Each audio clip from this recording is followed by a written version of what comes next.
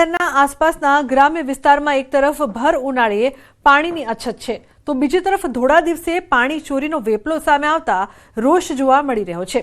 પોરબંદરના નરસંગ ટેકરી, જુબિલી અને કોલીખડા જેવા વિસ્તારોમાં ગેરકાયદે બોર અને કુવાઓ દ્વારા ટેન્કરો ભરીને પાણી વેચવાનું મોટું નેટવર્ક કાર્યરત છે। નવાઈની બાબત તો એ છે કે આ અંગે વહીવટી તંત્રના અલગ અલગ વિભાગો એકબીજા પર જવાબદારી ઢોળી રહ્યા છે, જ્યારે કલેક્ટર માત્ર તપાસની ખાતરી આપી રહ્યા છે। મહાનગરપાલિકા કે નગરપાલિકા વિસ્તારમાં આ પ્રવૃત્તિ થતી હોય તો તેની જવાબદારી સ્થાનિક સ્વરાજની સંસ્થાની છે। રૂરલ એરિયામાં સિંચાઈ વિભાગનું કાર્યક્ષેત્ર આવે છે। આ સરકારી વિભાગોના કાયદાકીય ગૂંચવાડાનો લાભ લઈને પાણી માફિયાઓ બેફામ બન્યા છે। હવે સવાલ એ છે કે શું આ બધું કોઈની રહેમ નજર હેઠળ થઈ રહ્યું છે કે કેમ, તે પ્રશ્ન ઉપસ્થિત થઈ રહ્યો છે। ખનિજ છે એની ઉપર સરકારનો અધિકાર છે, એ જ રીતે ભૂગર્ભ જળ છે એના ઉપર પણ સરકારનું નિયંત્રણ છે। એનો તમે ખેતી ઉપયોગ કરી શકો, પીવા માટે ઉપયોગ કરી શકો, પણ એનો વેચાણ ન કરી શકાય। વેચાણ કરો તો એ ખરેખર ગેરકાયદેસર થાય અને ભૂગર્ભના જે જળ છે એ ઊંડા ઉતરતા જાય છે। અત્યારે તળ બધા ઊંડા થઈ ગયા છે, એટલે એના માટે થઈને આપણે ખરેખર તંત્રએ આના ઉપર કાર્યવાહી કરવી જોઈએ। અત્યારે મેઇન ડિપાર્ટમેન્ટલ કામોમાં અત્યારે કચેરીની વાત કરી તો ક્ષારંકુશ વિભાગ હેઠળ તળાવ, નદી, વોકડા, ચેકડેમ અને અન્ય પાણી નિકાલના જે ઘેડ વિસ્તારને લગત સ્પેસિફિક કામો છે તે કામગીરી કરવામાં આવે છે। ભૂગર્ભમાંથી પાણી કાઢવા માટે સેન્ટ્રલ વોટર કમિશન છે એની ગાઈડલાઈન છે ને ગાઈડલાઈન પાછી મુખ્યત્વે બે વિસ્તારોમાં ચાલે છે કે જ્યાં પાણીની તંગી હોય એવા સૂકા વિસ્તારો અને પાણીની અછત ન હોય એવા વિસ્તારો।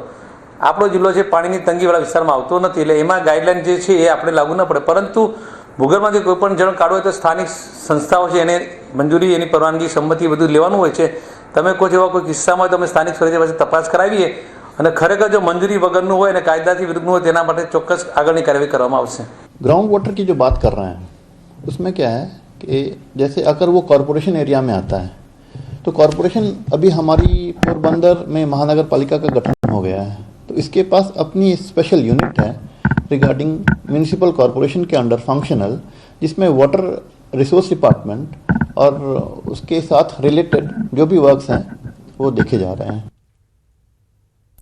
કડીમાં ભીમનાથ મહાદેવ નજીક એમ માર્ટ સામે વહેલી સવારે અંદાજે 4 વાગે ચોંકાવનારી ઘટના સામે આવી છે।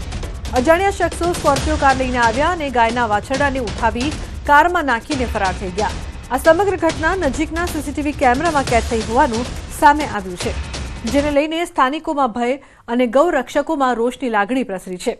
તેમજ પ્રશ્ન ઉઠી રહ્યા છે કે શું કડીમાં પશુ ચોરોને હવે પોલીસનો કોઈ ડર રહ્યો નથી। ઘટનાને લઈને પોલીસ તપાસ શરૂ કરવામાં આવી છે। તો સમગ્ર ઘટના બાદ ચકચાર કેતન જોડાયા છે ફોન લાઈન પર વધુ માહિતી આપવા માટે। કેતન, શું વધુ માહિતી છે આ સમગ્ર મામલે? ચોક્કસથી જણાવી દઉં કે કડીમાં મધરાત્રે સ્કોર્પિયોમાં ગાયના વાછરડા ઉઠાવવાની જે ઘટના હોય છે તે સામે આવી છે। ગાયના વાછરડાને ઉઠાવી ગયાની જે ઘટના હોય છે તે સામે આવી છે। રાત્રે અંદાજિત 4 વાગ્યાની આસપાસ આ જે ઘટના હોય છે તે ઘટી હતી, જેમાં કડીના ભીમનાથ મહાદેવ નજીક મોલ સામે આ ઘટના ઘટી હતી।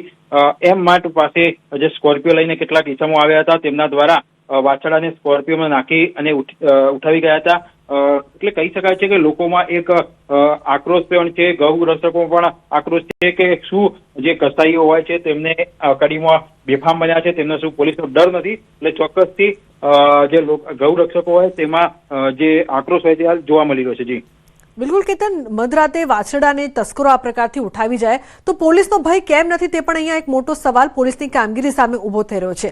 હાલ શું કાર્યવાહી કરવામાં આવી રહી છે? ચોક્કસથી હાલની વાત કરીએ તો હાલમાં પોલીસે સીસીટીવીને આધારે વધુ જે તપાસ હોય છે તે હાથ ધરવામાં આવી છે। એટલે ચોક્કસથી જે ગૌરક્ષકો છે તેમને એક જ સવાલ છે કે શું આ જે આરોપીઓ છે કે જે સ્કોર્પિયો લઈને આવ્યા હતા તેમનો શું પોલીસનો કોઈ ભય નથી? આ રીતે રાત્રે સ્કોર્પિયો લઈને આવવું અને વાછરડાને ઉઠાવી લઈ જવું, એટલે ચોક્કસથી આ જે ગૌરક્ષકો હોય છે તેમાં ભારે આક્રોશ હાલમાં જોવા રહ્યો છે અને પોલીસ આની વધુ તપાસ કરે તેવી માંગ કરવામાં આવી રહી છે। જી બિલકુલ કેતન, આભાર સમગ્ર માહિતી બદલ। તો અંકલેશ્વર શહેરના સ્ક્રેપ માર્કેટ વિસ્તારમાં ચોરીની ઘટના સામે આવતા વેપારીઓમાં ભયનો માહોલ ફેલાયો છે। મળતી માહિતી મુજબ રિક્ષામાં આવેલા 2 અજાણ્યા શખ્સોએ ટ્રકના ટાયરના ડ્રમની ચોરી કરી ફરાર થઈ ગયા છે અને આ સમગ્ર ઘટના નજીકમાં લાગેલા સીસીટીવી કેમેરામાં કેદ થઈ ગઈ છે। વિડીયોમાં સ્પષ્ટ જોવા મળે છે કે બંને શખ્સો રિક્ષા લઈને આવે છે અને તકનો લાભ લઈને ટ્રકમાંથી ટાયરના ડ્રમ ચોરી કરીને લઈ જાય છે। વેપારીઓએ પોલીસ તંત્રને ચોરીની વધતી ઘટનાઓ રોકવા કડક પગલાં લેવા માંગ કરી છે અને હાલ પોલીસ સીસીટીવી ફૂટેજના આધારે આરોપીને ઝડપી પાડવા તપાસ હાથ ધરી છે.